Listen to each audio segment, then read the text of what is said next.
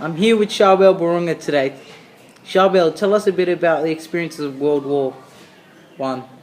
Hi, my name is WW1 and I'm a survivor from World War One. Today, I'll be telling you my personal experiences from war or what they really mean. Charbel, tell us a bit about the climate of war. Well, the climate of war, in summer, the temperature was soared and continued throughout the night.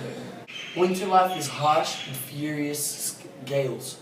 Thick snow covered the regions and wolves could be spotted in the north. Luckily, this didn't happen to me, and I'm very grateful for that. But some of us had to have our feet amputated, our legs amputated because of the cold weather. The trenches would be flooded from severe storms, and they would become flooded, and the water would cause trench foot to a lot of soldiers. Well, luckily, I didn't get it, but when you get trench foot, your foot becomes infected, and most of the time has to be amputated. Charbel, tell us a bit about the food and water during World War One. Water was very scarce, but bottles are often found from dead bodies. Soldiers were limited to 2.3 litres of water a day. The water was used for drinking, for our tea, and the leftover tea was used for shaving. What was some of the food that you ate? We ate jam on bread, when we were lucky, Anzac biscuits. We also ate corned beef, we also stew. Tell us a bit about the disease and health during World War One. Disease and health in World War One, in my personal experience, was terrible. Dysentery was the main cause of death, and it was when the intestines were infected, and it caused many deaths, and luckily I didn't get that.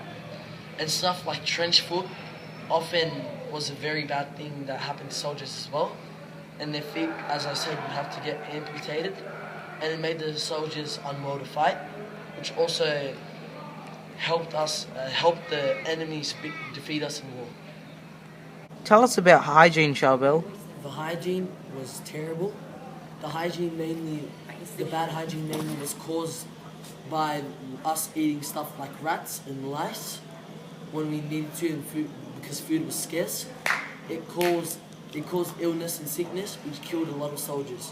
Charbel, tell us about your experiences of war and your interpretation of World War One. My experiences of war, to be honest with you, was very scary, and at times I thought I was going to die, and probably 95% of the time I thought I was going to die. And it was traumatizing because you would see other soldiers screaming for their lives and panicking. Stuff like bullets ricocheting in the trenches. Soldiers would panic and not know what to do. And to be honest, I also would panic. And war is a very traumatizing thing, in my opinion. And it did traumatize me for a bit after the war was done. I was very paranoid. For example, if I heard a gunshot when I was back at home, it would remind me of the war and I would just start panicking again. So war's a very traumatizing thing, and it's very not pleasant at all.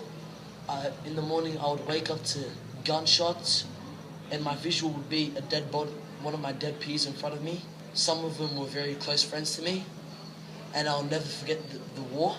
It's still in my head until this day. War's a very terrible thing, and I wish I never was in the World War. Even though I survived, it still haunts me until this day. Thank you for sharing your experience of World War One with us, Charbel. That was very deep and touching.